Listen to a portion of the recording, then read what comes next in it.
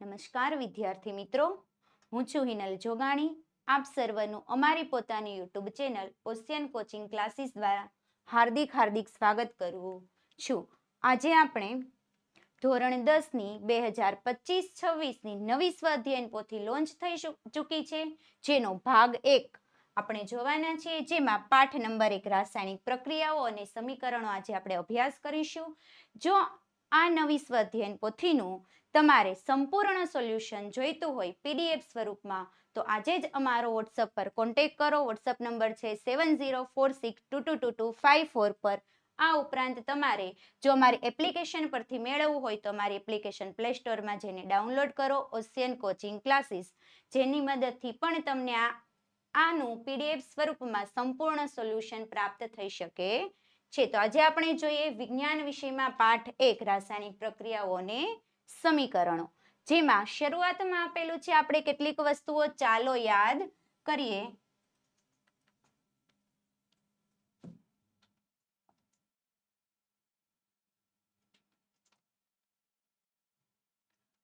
શરૂઆતમાં જે ધોરણ 9માં આપણે ભણી ચૂક્યા છે એની કેટલીક વસ્તુઓ આપેલી છે. પહેલા ટેબલમાં આપ્યું છે કેટલાક અગત્યના તત્વોની સંજ્ઞાઓ, ત્યાર પછી બીજા ટેબલમાં આપ્યું છે કેટલાક અગત્યના આયનો, ત્યાર પછી રાસાયણિક સૂત્રનું નિર્માણ કેવી રીતે કરવું, કેટલાક રાસાયણિક સૂત્ર કેવી રીતે બનાવવા, એમની સંયોજકતા, એ બધું આપેલું છે. ત્યાર પછી કેટલાક અગત્યના નિયમો, એમાં કેવા કેવા ફેરફારો થાય છે, આપણને શરૂઆતમાં પ્રસ્તાવના સ્વરૂપે આપેલું છે. હવે જોઈએ આપણે આપણો 1.1 રાસાયણિક સમીકરણો. પ્રશ્ન 1, નીચેના બહુવિકલ્પી પ્રશ્નો માટે આપેલા વિકલ્પોમાંથી સાચો વિકલ્પ પસંદ કરો. સવાલ નંબર 1, રાસાયણિક સમીકરણમાં ઘન અવસ્થાને દર્શાવવા માટે કઈ અવસ્થાને દર્શાવવાની છે? ઘન. એમના માટે કઈ સંજ્ઞા? આપણે સંજ્ઞા શોધવાની છે.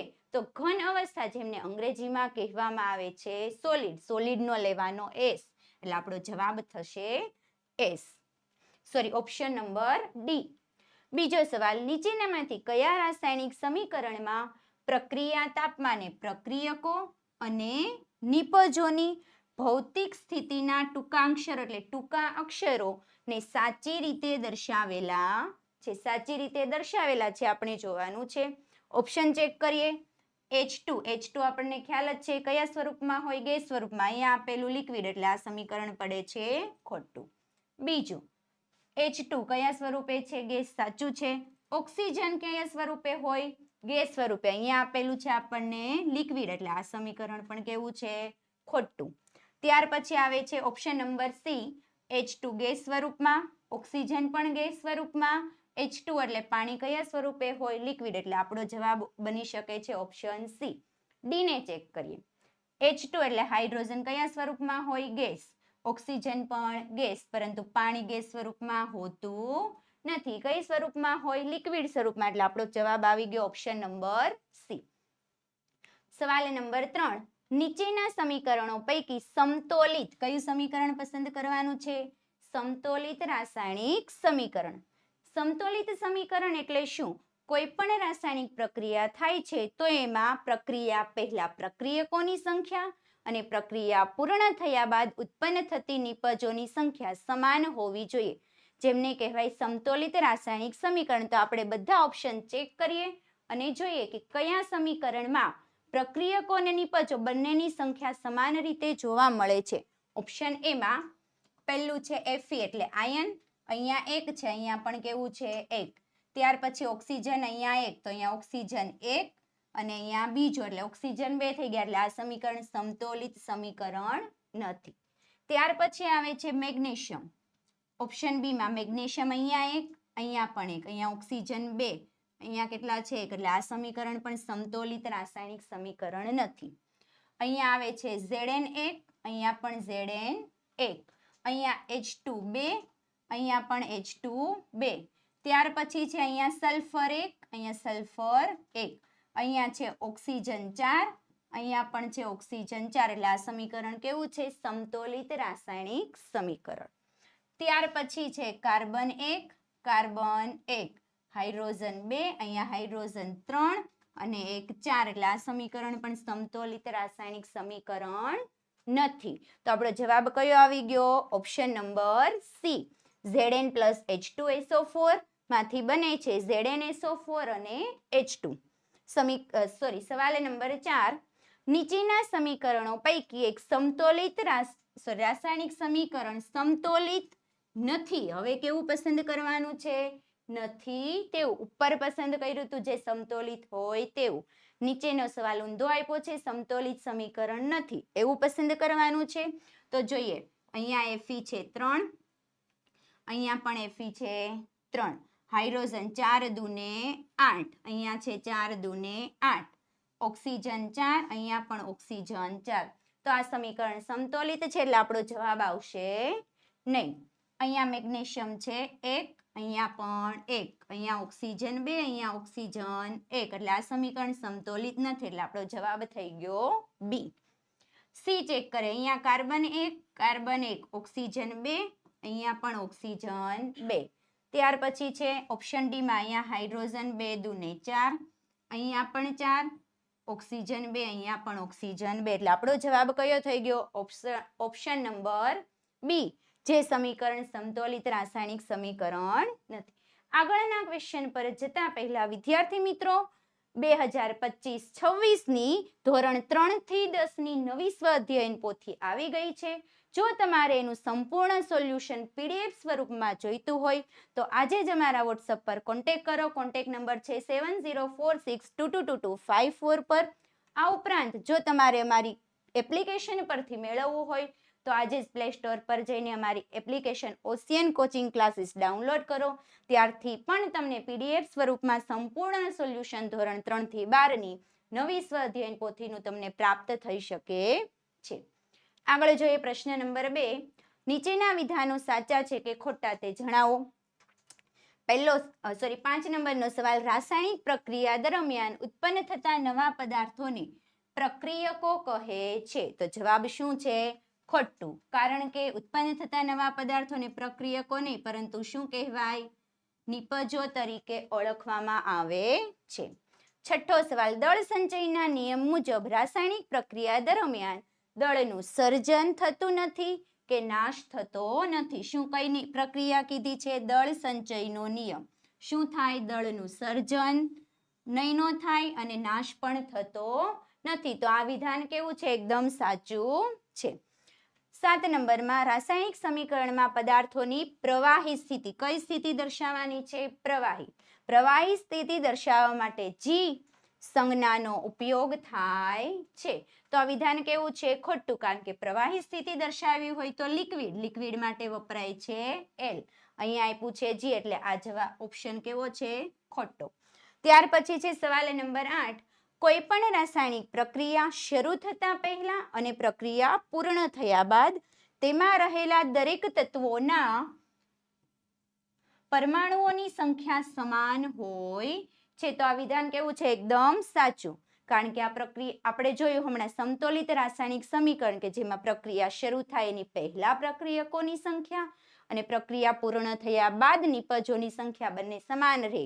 તો આમાં એવું જ કીધું છે કે પ્રક્રિયા શરૂ થતા પહેલા અને પૂર્ણ થયા બાદ દરેક તત્વના પરમાણુઓની દરેક પરમાણુની સંખ્યા કેવી હોવી જોઈએ? સમાન. એટલે આ વિધાન કેવું છે? એકદમ સાચું. પ્રશ્ન નંબર 3. નીચેના વિધાનને સાચું બનાવવા માટે ખાલી જગ્યા પૂરવાની છે. 9મો સવાલ, રાસાયણિક સમીકરણમાં પ્રક્રિયા તીરની ડાબી બાજુ ખાલી જગ્યા અને જમણી બાજુ ખાલી જગ્યા દર્શાવવામાં આવે છે. પ્રક્રિયા તીર વચ્ચે હોય જેમાંથી એક તરફ જેમની વચ્ચે આપણે પ્રક્રિયા કરીએ છીએ જે પદાર્થો એમને શું કહેવાય? પ્રક્રિયકો. એટલે ડાબી બાજુ આપણે શું દર્શાવીએ? પ્રક્રિયકો. પ્રક્રિયા થયા બાદ આપણને જે વસ્તુ પ્રાપ્ત થાય એને કઈ બાજુ દર્શાવીએ છીએ આપણે? જમણી બાજુ, જેમને કહેવામાં આવે છે નિપજો. ત્યાર પછી સવાલ 10. ખાલી જગ્યા નિયમના પાલન માટે રાસાયણિક સમીકરણને શું કરવું જોઈએ? સમતોલિત કરવું જોઈએ. તો કોનું પાલન કરવું હોય તો સમતુલિત કરવું જોઈએ? તો અમને ખબર જ છે શું આવે? દળ સંચયનો નિયમ. પ્રશ્ન નંબર 4. નીચેના પ્રશ્નોના એક શબ્દમાં અથવા તો એક વાક્યમાં જવાબ આપો. પહેલો સવાલ છે દળ સંચયનો નિયમ લખો. દળ સંચયનો નિયમ તો ખ્યાલ જ છે, રાસાયણિક પ્રક્રિયા દરમિયાન દળનું સર્જન કે દળનો વિનાશ થતો નથી. એટલે કોઈ પણ રાસાયણિક પ્રક્રિયા થાય એમાં દળનું સર્જન કે વિનાશ થાય નહીં. ત્યાર પછીનો સવાલ છે કે રાસાયણિક પ્રક્રિયામાં રાસાયણિક ફેરફાર દરમિયાન ઉત્પન્ન થતા જે નવા પદાર્થો ઉત્પન્ન થાય એને શું કહેવાય? ખબર જ છે શું કહેવાય એમને? નિપજ કહે છે. સવાલ 13, મને ઓળખો. રાસાયણિક સમીકરણમાં પદાર્થની જલીય અવસ્થા, કઈ અવસ્થા દર્શાવવાની છે? જલીય. એ દર્શાવવા માટે સંકેત તરીકે મારો ઉપયોગ થાય છે. મારો એટલે મારો ને કોનો ઉપયોગ થાય આપણે શોધવાનું છે. તો જલીય અવસ્થાને કહેવામાં આવે છે એક્વિયસ, જેમને દર્શાવવા માટે સંકેત વપરાય છે AQ એટલે એક્વિયસ. ત્યાર પછી પ્રશ્ન નંબર 5, નીચેના જોડકાને સાચી રીતે જોડો. કોલમ 1 માં દર્શાવેલ ભૌતિક અવસ્થાઓને, એકમાં શું દર્શાવેલું છે આપણને? જુદી જુદી ભૌતિક અવસ્થા. એને શું કરવાનું છે? કોલમ 2 માં દર્શાવેલ એમના સંકેત. કોલમ 2 માં શું દર્શાવેલું છે? સંકેત. એમની સાથે આપણે જોડવાના છે. જોઈએ. કોલમ 1 માં પહેલી અવસ્થા આપેલી છે ઘન. ઘનને કહેવાય સોલિડ, એટલે આપણે એને જોડીશું કોલમ B ના 1 નંબર સાથે, જેમાં એવું છે S. પ્રવાહી છે જેમને આપણે ઇંગ્લિશમાં કહીએ છીએ લિક્વિડ, એટલે આવશે એનો માટે L. વાયુ અવસ્થા જેમને કહેવામાં આવે છે ગેસ, એટલે ઓપ્શન B. જલીય અવસ્થા જેમને કહેવાય છે એક્વિયસ, એટલે આવશે AQ. ત્યાર પછી 15મા ક્વેશ્ચનમાં ફરી પાછું જોડકું શું છે? કોલમ 1 માં દર્શાવેલ પદાર્થોનું, એકમાં જે પદાર્થો દર્શાવેલા છે એમનું સમીકરણમાં શું શોધવાનું છે? સ્થાન. ક્યાં આપેલું છે? કોલમ 2 માં દર્શાવેલા તેમના નામ સાથે જોડવાનું છે. કોલમ 1 માં જોઈએ રાસાયણિક સમીકરણમાં ડાબી બાજુ, કઈ બાજુ જોવાનું છે? ડાબી બાજુ શું લખી શકાય છે? ડાબી બાજુ આપણે શું લખીએ હંમેશા? પ્રક્રિયક, એટલે જવાબ આવશે પ્રક્રિયક. રાસાયણિક સમીકરણમાં કઈ બાજુ જોવાનું છે? હવે જમણી બાજુ. જમણી બાજુ શું લખાય હંમેશા? નિપજ, એટલે પ્રક્રિયા પૂર્ણ થયા બાદ આપણને પ્રાપ્ત થાય છે નિપજ, એટલે જવાબ આવશે ઓપ્શન 3 નિપજ. ત્યાર પછી આવે છે પ્રશ્ન નંબર 6. નીચે આપેલા પ્રશ્નોના માંગ્યા મુજબ ઉત્તર લખો. જે પ્રમાણે પ્રશ્નો આપ્યા છે એ પ્રમાણે આપણે ઉત્તર લખવાના છે. પહેલો સવાલ છે પ્રક્રિયા પૂર્ણ કરો અને સમીકરણ લખો. આપણને કંઈક પ્રક્રિયા આપેલી છે ને શું કરવાની? પહેલા આપણે અધૂરી છે એને પૂરી કરવાની છે. પૂર્ણ થયા બાદ એનું શું લખવાનું છે? સમીકરણ લખવાનું છે. આ તો આપણને આવડે જ. પહેલું છે મેગ્નેશિયમની પટ્ટીને હવામાં સળગાવતા. જો મેગ્નેશિયમની પટ્ટીને હવામાં સળગાવીએ તો શું થાય? મેગ્નેશિયમની પટ્ટી જગારા મારતી જ્યોત સાથે શું થાય છે? જ્યોત સાથે સળગે છે અને એમાંથી શું ઉત્પન્ન થાય છે? સફેદ રાખ ઉત્પન્ન થાય છે. એટલે મેગ્નેશિયમની પટ્ટીને જો તમે સળગાવો તો ઝડપથી એકદમ જગારા મારતી જ્યોત ઉત્પન્ન થાય અને એમાંથી છેલ્લે રાખ મળે છે, જેમનું રાસાયણિક સમીકરણ આ પ્રમાણે થાય. મેગ્નેશિયમ ઓક્સિજન સાથે પ્રક્રિયા કરશે એટલે આપણે સળગાવીએ છીએ અને એમાંથી શું મળે છે? MgO. ત્યાર પછીનો સવાલ છે નીચેની પરિસ્થિતિઓમાં ફેરફારના અંતે શું જોવા મળે? પરિસ્થિતિ છે પૂર્ણ થઈ જાય ત્યાર પછી આપણને શું જોવા મળે છે? પહેલું છે લેડ નાઇટ્રેટ અને પોટેશિયમ આયોડાઇડના દ્રાવણને મિશ્ર કરતા. જો લેડ નાઇટ્રેટ અને પોટેશિયમ આયોડાઇડ બંનેના દ્રાવણને મિશ્ર કરો તો શું પ્રાપ્ત થાય છે? તો બને છે લેડ આયોડાઇડના પીળા રંગના અવક્ષેપો દ્રાવણની ઉપર આપણને તરતા દેખાય છે. ત્યાર પછી છે ઝીંકના દાણામાં મંદ સલ્ફ્યુરિક એસિડ ઉમેરતા. ઝીંક છે એમની અંદર શું ઉમેરવાનું છે આપણે? મંદ સલ્ફ્યુરિક એસિડ. જો એને ઉમેરીએ તો શું થાય? તો ઝીંકના દાણામાંથી વાયુના પરપોટા નીકળતા દેખાય છે. વાયુના પરપોટા આપણને કોની મદદથી પરખ થાય છે? તો મીણબત્તી દ્વારા જો પરખ કરીએ છીએ તો એવું માલુમ પડે છે કે કયો વાયુ છે? H2 એટલે હાઇડ્રોજન વાયુ છે એવું આપણને જોવા મળે. ત્યાર પછીનો સવાલ છે સવાલ નંબર 18. શાબ્દિક સમીકરણ અને રાસાયણિક સમીકરણ બનાવો. એટલે સમીકરણ છે ને શબ્દોમાં પણ લખવાનું છે અને એને સંજ્ઞા સ્વરૂપે પણ લખવાનું છે. આપણને આપ્યું છે કૌંસમાં કે સમતોલિત કરવું જરૂરી નથી. એટલે જો તમે સમીકરણને સમતોલિત નહીં કરો તો પણ ચાલે એમ છે. કયું સમીકરણ છે? તો બેરિયમ ક્લોરાઇડ અને મંદ સલ્ફ્યુરિક એસિડ વચ્ચે પ્રક્રિયા થઈને શું બને છે? બેરિયમ સલ્ફેટ અને હાઇડ્રોજન ક્લોરાઇડ મળે છે. એટલે છે બેરિયમ ક્લોરાઇડ અને મંદ સલ્ફ્યુરિક એસિડ વચ્ચે પ્રક્રિયા થાય એટલે આપણા પ્રક્રિયકો બની ગયા. એમાંથી મળશે બેરિયમ સલ્ફેટ અને હાઇડ્રોજન ક્લોરાઇડ. એ આપણી શું બની ગઈ? નિપજ બની ગયેલી છે. શાબ્દિક સમીકરણ ખબર પડી. ત્યારબાદ રાસાયણિક સમીકરણ. બેરિયમ ક્લોરાઇડ એટલે BaCl2, મંદ સલ્ફ્યુરિક એસિડ એટલે H2SO4. એમાંથી શું મળ્યું? બેરિયમ સલ્ફેટ એટલે BaSO4 ને હાઇડ્રોજન ક્લોરાઇડ એટલે HCl. ત્યાર પછીનો ક્વેશ્ચન છે 1.2 માં રાસાયણિક પ્રક્રિયાઓના પ્રકારો. પહેલું, નીચેના બહુવિકલ્પી પ્રશ્નો માટે આપેલા વિકલ્પોમાંથી સાચો જવાબ પસંદ કરો. સવાલ નંબર 19, નીચેનામાંથી સંયોગીકરણની પ્રક્રિયાને ઓળખો. સંયોગીકરણની પ્રક્રિયા એટલે એવી પ્રક્રિયા કે જેમાં બે પ્રક્રિયકો વચ્ચે પ્રક્રિયા થાય અને નિપજ આપણને એક જ પ્રાપ્ત થતી હોય. કેવી પ્રક્રિયા કીધી? સંયોગીકરણની. અહીંયા તો બે પ્રક્રિયકો નથી, આ જવાબ પણ નહીં આવે. અહીંયા બે નથી એટલે આ પણ નહીં આવે. અહીંયા પણ બે નથી એટલે આ ઓપ્શન પણ નીકળી ગયો અને ઓપ્શન કયો વધ્યો? ડી, જેમાં કાર્બન અને ઓક્સિજન વચ્ચે પ્રક્રિયા થઈને આપણને શું મળે છે? કાર્બન ડાયોક્સાઇડ પ્રાપ્ત થાય છે. ત્યાર પછી છે નીચેનામાંથી એક એવી પ્રક્રિયાની ઓળખ કરો કે જેમાં ઉષ્મા નિપજ તરીકે ઉત્પન્ન થતી હોય. શું મળતું હોય? ઉષ્મા નિપજ તરીકે મળતી હોય. તો એ પ્રક્રિયા એક જ છે, કુદરતી વાયુનું સળગવું, જેમાંથી ઉષ્મા શું થાય છે? ઉત્પન્ન થાય છે. એટલે આપણને નિપજ તરીકે ઉષ્મા પ્રાપ્ત થાય છે. નેક્સ્ટ ક્વેશ્ચન 21મો, કોપર સલ્ફેટના ભૂરા રંગના દ્રાવણવાળા. કયું છે? Copper sulphate. એનું દ્રાવણ કેવા રંગનું છે? ભૂરા રંગનું. એ પાત્રમાં જો આપણને લોખંડની ખીલી મૂકીએ તો આપણને શું જોવા મળે? તો જોવા મળે છે કે લોખંડની ખીલી છે એ કથ્થઈ રંગની થઈ જાય છે. એટલે થોડો સમય જો તમે રાખી મૂકો તો લોખંડની ખીલી ઉપર કથ્થઈ રંગ જમા થતો જોવા મળે.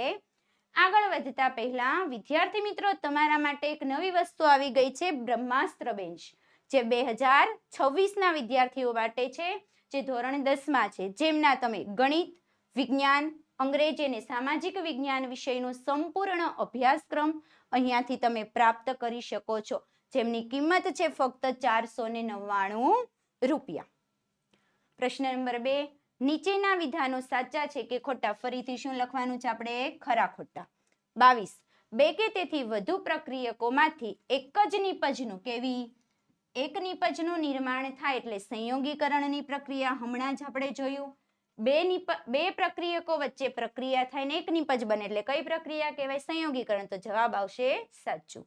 ત્યાર પછી છે શ્વસન. એક એવી પ્રક્રિયા છે, ઉષ્મા શોષક પ્રક્રિયા છે, તો પણ શું આવશે? ખોટું, કારણ કે શ્વસન છે ઉષ્મા શોષક નથી, પરંતુ કેવી પ્રક્રિયા છે? ઉષ્મા ક્ષેપક પ્રક્રિયા તરીકે ઓળખાય છે. ત્યાર પછી સિલ્વર ક્લોરાઇડમાંથી સંયોગીકરણની પ્રક્રિયાને કારણે ક્લોરીન વાયુ ઉત્પન્ન થાય છે. તો સિલ્વર ક્લોરાઇડમાં સંયોગીકરણની પ્રક્રિયા કરો તો ક્લોરીન વાયુ ઉત્પન્ન થાય, તો આવે છે ખોટું. ક્લોરીન વાયુ ઉત્પન્ન થતો નથી. ત્યાર પછીનું ધાતુઓની સક્રિયતા જાણવા માટે શું જાણવાનું છે? ધાતુઓની સક્રિયતા. કોઈ પ્રક્રિયાનો ઉપયોગ થાય? વિસ્થાપન ઉપયોગ થઈ શકે છે, તો આવશે સાચું, કારણ કે જો ધાતુઓની સક્રિયતાના આધારે ક્રમમાં ગોઠવીએ તો એમના માટે પ્રક્રિયા ઉત્પન્ન થાય છે વિસ્થાપન, જેમાંથી વધુ સક્રિય ધાતુ ઓછી સક્રિય ધાતુનું વિસ્થાપન કરે છે. ત્યાર પછી 26, પ્રક્રિયા દરમિયાન જો પદાર્થ ઓક્સિજન મેળવે તો તે પદાર્થ ઓક્સિડેશન. ઓક્સિજન શું થાય છે? મેળવે છે. તો પદાર્થનું શું થાય? ઓક્સિડેશન થાય છે, તો આવશે સાચું. જે ઓક્સિજન મેળવે એમનું શું થાય? ઓક્સિડેશન, અને ઓક્સિજન ગુમાવે એમનું શું થાય? રિડક્શન થાય છે. ત્યાર પછી પ્રશ્ન નંબર 3, નીચેના વિધાનને સાચું બનાવવા માટે ખાલી જગ્યા પૂરો. 27મું, વનસ્પતિ દ્રવ્યોનું વિઘટન થઈને ખાતર બનવું. શેમાંથી? વનસ્પતિના દ્રવ્યોનું વિઘટન થાય છે અને ખાતર બને છે, એવી પ્રક્રિયાને શું કહેવાય? ઉષ્મા ક્ષેપક પ્રક્રિયા. 28, કેલ્શિયમ કાર્બોનેટનું ખાલી જગ્યા પ્રક્રિયાને કારણે કેલ્શિયમ ઓક્સાઇડ અને કાર્બન ડાયોક્સાઇડમાં રૂપાંતર થાય છે. તો પ્રક્રિયા અહીંયા આપણને એક જ આપ્યો છે, કેલ્શિયમ કાર્બોનેટ. એમાંથી બને છે બે નિપજ, કેલ્શિયમ ઓક્સાઇડ અને કાર્બન ડાયોક્સાઇડ. તો કઈ પ્રક્રિયા આવે? વિઘટનની પ્રક્રિયા. ત્યાર પછી છે શ્વેત અને શ્યામ ફોટોગ્રાફીમાં ખાલી જગ્યા પ્રક્રિયા વપરાય છે. કઈ ફોટોગ્રાફી? શ્વેત અને શ્યામ ફોટોગ્રાફીમાં કઈ પ્રક્રિયા વપરાય છે? તો આવશે પ્રકાશીય વિઘટનની પ્રક્રિયા. ત્યાર પછી છે 30, જે પ્રક્રિયામાં અદ્રાવ્ય પદાર્થ ઉત્પન્ન થાય છે. શું ઉત્પન્ન થાય? અદ્રાવ્ય પદાર્થ. એ પ્રક્રિયાને શું કહેવાય? તો કહેવાય અવક્ષેપન પ્રક્રિયા. કઈ પ્રક્રિયા? અવક્ષેપન, જેમાં પદાર્થ છે નીચે તળિયે અદ્રાવ્ય સ્વરૂપમાં જોવા મળે છે. પ્રક્રિયા દરમિયાન જો પદાર્થો ઓક્સિજન ગુમાવે, શું કરે છે? ઓક્સિજન ગુમાવી દે છે, તો એને શું કહેવાય? રિડક્શનની પ્રક્રિયા તરીકે ઓળખવામાં આવે છે. ત્યાર પછી પ્રશ્ન નંબર 4, નીચેના પ્રશ્નોના એક શબ્દમાં અથવા તો વાક્યમાં જવાબ લખો. સંયોગીકરણની પ્રક્રિયાનું એક ઉદાહરણ આપો. આપણે શેનું ઉદાહરણ લખવાનું છે? સંયોગીકરણનું. તો જે પ્રક્રિયામાં બે પ્રક્રિયકમાંથી એક નિપજ ઉત્પન્ન થતી હોય એમને કહેવાય સંયોગીકરણની પ્રક્રિયા. તો CaO + H2 એમાંથી બને છે CaOH ટ્વાઇસ. ત્યાર પછી આવ્યું 33 નંબરનું, મને ઓળખો. મુझे પહેચાનો, मैं हूँ कौन. હું પાણીનું હાઇડ્રોજન અને ઓક્સિજન વાયુમાં રૂપાંતરણ કરતી પ્રક્રિયા. પાણીનું શેમાં રૂપાંતર કરે છે? હાઇડ્રોજન અને ઓક્સિજન વાયુમાં. તો કઈ પ્રક્રિયા આવશે? પાણીનું વિદ્યુત વિભાજન, જે કઈ પ્રક્રિયા છે? વિઘટનની પ્રક્રિયા છે. ત્યાર પછી આવે છે વિઘટનની પ્રક્રિયામાં પ્રક્રિયકોનું જોડાણ વચ્ચેનું જોડાણ તોડવા માટે શું કરવાનું છે? એમનું જોડાણ તોડવાનું છે. એમના માટે મારો ઉપયોગ થાય છે. તો 3 વસ્તુનો ઉપયોગ થાય છે: ઉષ્મા, સૂર્યપ્રકાશ અને વિદ્યુત ઉર્જા, જેમની મદદથી પ્રક્રિયકોનું જોડાણ તૂટે છે અને નવી નિપજ ઉત્પન્ન થાય છે. 35મો, ઉષ્માક્ષેપક પ્રક્રિયા કોને કહે છે? ક્ષેપક પ્રક્રિયા એટલે ખ્યાલ જ છે કે જે રાસાયણિક પ્રક્રિયામાં ઉષ્મા શું થતી હોય? મુક્ત થતી હોય. એવી પ્રક્રિયાને કઈ પ્રક્રિયા કહેવાય? ઉષ્માક્ષેપક પ્રક્રિયા. પ્રશ્ન નંબર 5, નીચેના જોડકાને સાચી રીતે જોડો. કોલમ 1 માં આપેલા રાસાયણિક પ્રક્રિયાનું ઉદાહરણ એમને કોલમ 2 માં આપેલા પ્રક્રિયાના નામ સાથે જોડવાનું છે. તો પહેલું આપેલું છે કાગળનું સળગવું. કાગળ સળગે એટલે કઈ પ્રક્રિયા કહેવામાં આવે? તો એમને કહેવાય છે સંયોગીકરણની પ્રક્રિયા. ગરમીથી ચૂનાનો પથ્થર તૂટવો. ગરમી આપો છો અને તૂટી જાય છે એટલે કઈ પ્રક્રિયા થઈ? વિઘટનની પ્રક્રિયા. ત્યાર પછી આવે છે કોલમ 37માં કોલમ 1 માં આપેલા રાસાયણિક પ્રક્રિયાને કોલમ 2 માં આપેલી પ્રક્રિયાના નામ સાથે સાચી રીતે જોડો. ફરી વખત એવો જ ક્વેશ્ચન. પહેલું છે ઓક્સિજનનું ઉમેરાવું. ઓક્સિજન ઉમેરાય એટલે કઈ પ્રક્રિયા થઈ જાય? ઓક્સિડેશનની પ્રક્રિયા. બીજું છે ઓક્સિજનનું દૂર થવું એટલે ઓક્સિજન દૂર થાય છે તો કઈ પ્રક્રિયા થઈ જાય છે? રિડક્શનની પ્રક્રિયા થઈ જાય છે. ત્યાર પછી આવે છે આગળ વધતા પહેલા ધોરણ 3 થી 12ના નીચેની PDF અને PPT ઉપલબ્ધ છે, જેમાં આપણને મળે છે સ્વાધ્યાયન પોથીનું સંપૂર્ણ સોલ્યુશન, સમજૂતી પ્લસ સ્વાધ્યાયનું સોલ્યુશન, ગાલા સ્વાધ્યાય પોથીનું સોલ્યુશન, પ્રોજેક્ટ પ્રવૃત્તિનું બુક સોલ્યુશન, પ્રયોગ પોથી ઉપરાંત ભૂગોળ પોથી, અંગ્રેજી ગ્રામરનું પણ સોલ્યુશન, યુનિટ ટેસ્ટ અને IMP પ્રશ્નો અને અસાઇનમેન્ટ અને વિવિધ IMP પેપર સેટ આપણને પ્રાપ્ત થાય છે. આ તમામ વસ્તુ જો તમારે PDF સ્વરૂપમાં જોઈતી હોય તો આજે જ અમારો કોન્ટેક્ટ કરો વોટ્સઅપ પર. વોટ્સઅપ નંબર છે 7046222254 પર. અને આ તમામ વસ્તુની જો તમારે એપ્લિકેશન પરથી મેળવવી હોય તો અમારી એપ્લિકેશન આજે જ ડાઉનલોડ કરો, ઓશિયન કોચિંગ ક્લાસીસ, જેમની ઉપરથી તમને આ બધું જ PDF સ્વરૂપમાં પ્રાપ્ત થઈ શકે છે. આગળ જોઈએ પ્રશ્ન નંબર 6. નીચેના પ્રશ્નોના માંગ્યા મુજબ ઉત્તર આપો. ફરીથી સવાલ જવાબ.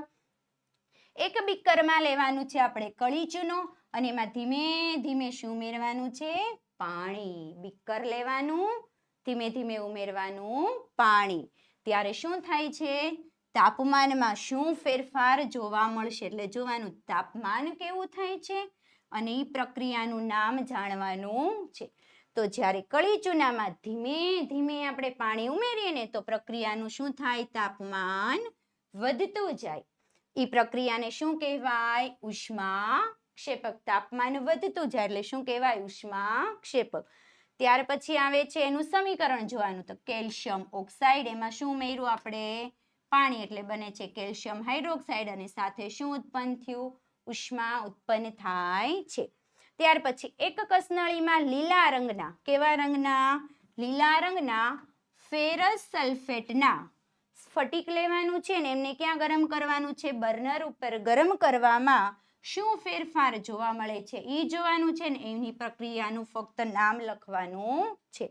તો જો કેલ્શિયમ સલ્ફેટના સ્ફટિક લેવાને અને બર્નર ઉપર ગરમ કરીએ તો એમનો જે લીલો રંગ છે એ લીલો રંગ દૂર થાય છે અને લીલો રંગ ફેરવાઈ જાય છે લાલાશ પડતા કથ્થઈ રંગમાં. કયા રંગમાં?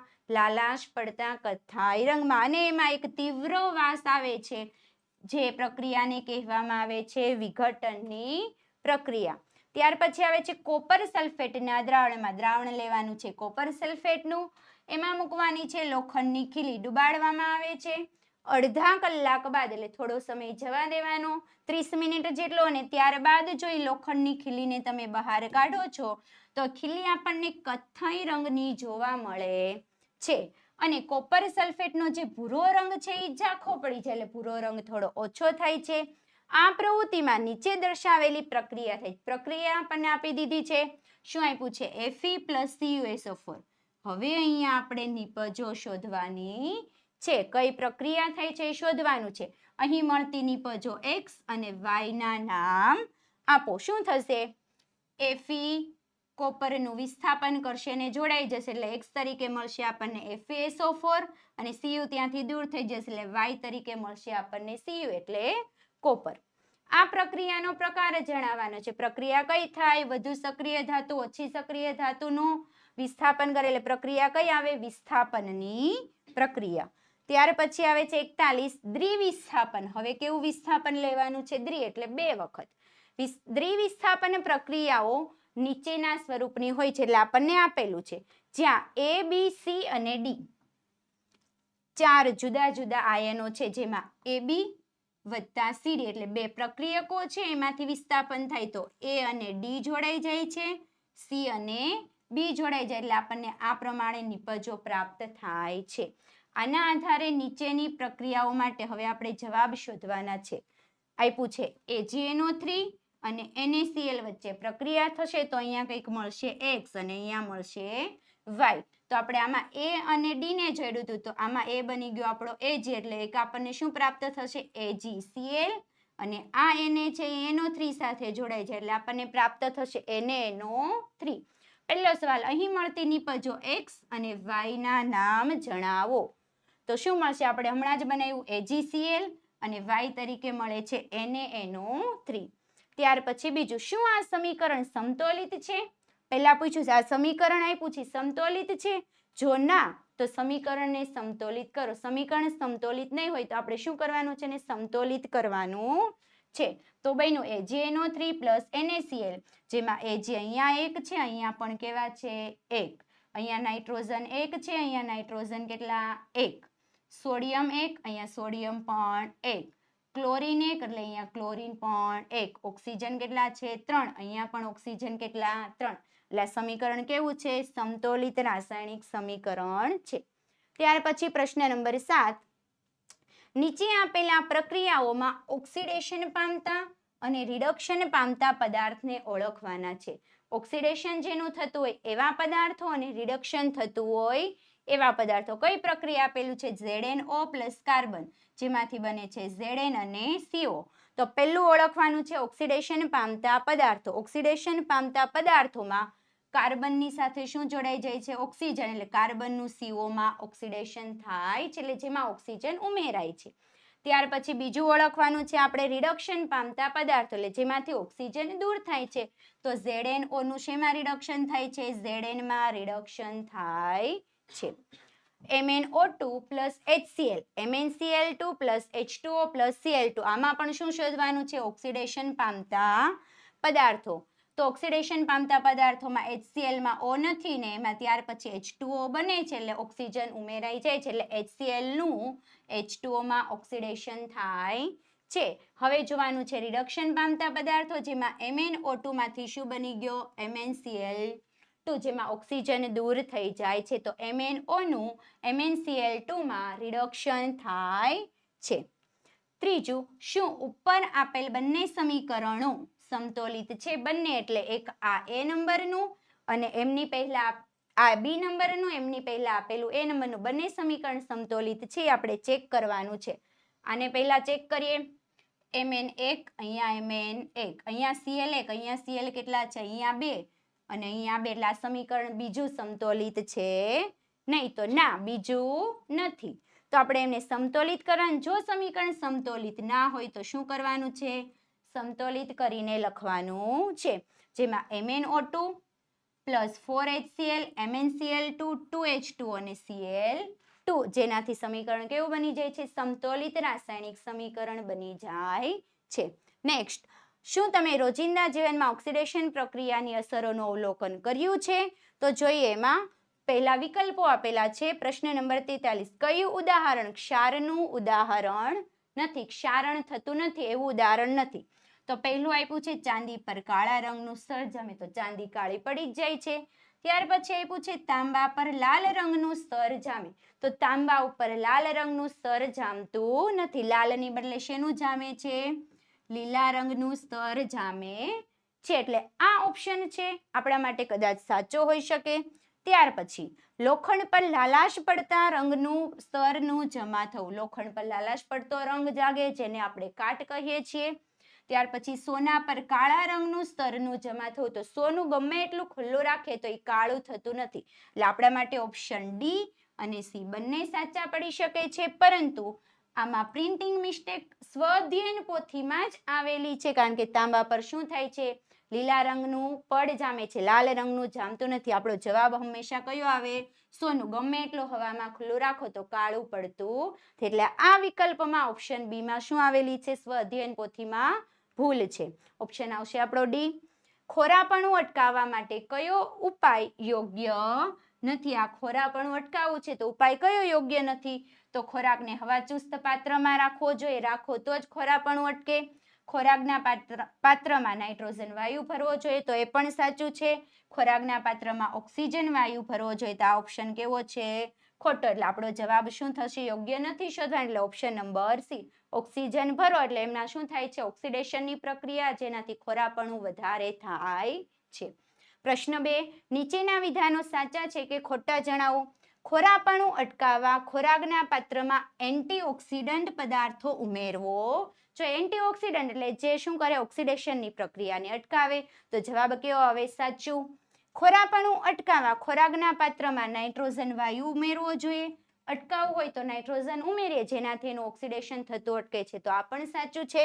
ત્યાર પછી ક્ષારણ એ ઓક્સિડેશનની પ્રક્રિયા છે, તો ક્ષારણ એ ઓક્સિડેશનની જ પ્રક્રિયા છે, એટલે આમાં પણ શું આવશે?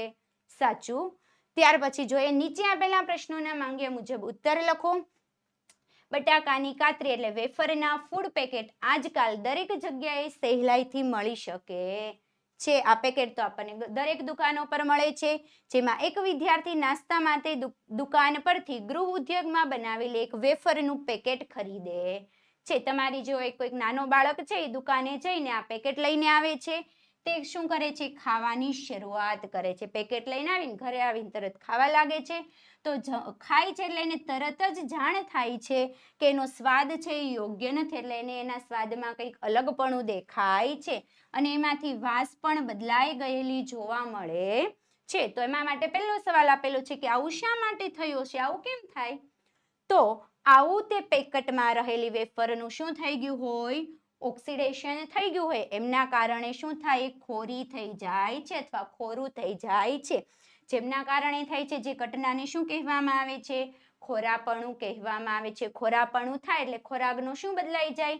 સ્વાદ અને એમનો ગંધ, બંને વસ્તુ બદલાઈ જાય છે. એટલે એમાંથી વાસઈ આવતી હતી અને સ્વાદ યોગ્ય લાગતો નહીં હતો. એટલે વેફરનું ઓક્સિડેશન થયું, જેના કારણે ખોરી થઈ ગઈ. પરિણામે એ ઘટનાને કહેવામાં આવે છે ખોરાપણું.